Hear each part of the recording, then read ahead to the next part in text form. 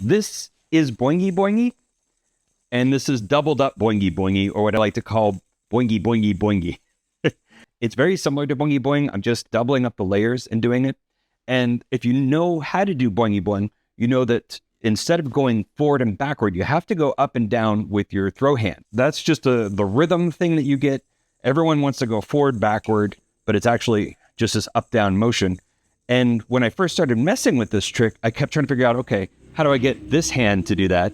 Well, it turns out you don't have to. If you get that momentum going, you can cross your hands and still use that same hand and keep that rhythm. So you don't have to worry about switching which hand's in control. So what you're going to do is you're going to start with the split bottom mount. You're going to do your boingy boings, and on one of those forward pendulums, you're going to bring your free hand up, and your throw hand goes kind of slightly behind it and down. And that's how you're going to end up here. So you're going from here to here. And of course you're doing that while that momentum's going. So it's a forward swing, and then without missing a beat, you pivot to the back. And your throw hand is going to be the one controlling that motion still. And I transfer back again on the forward propulsion. So I start with the forward, I go back, and then during that forward, I switch.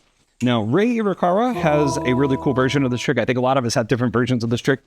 His is kind of going forward and backward, like kind of crossing arms. And I think that's a good one to work on.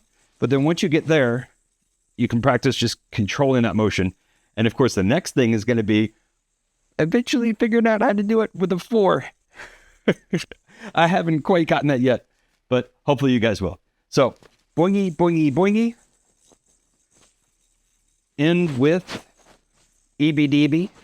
And if you don't know EBDB, I've got a tutorial for it on my YouTube channel, so check that out.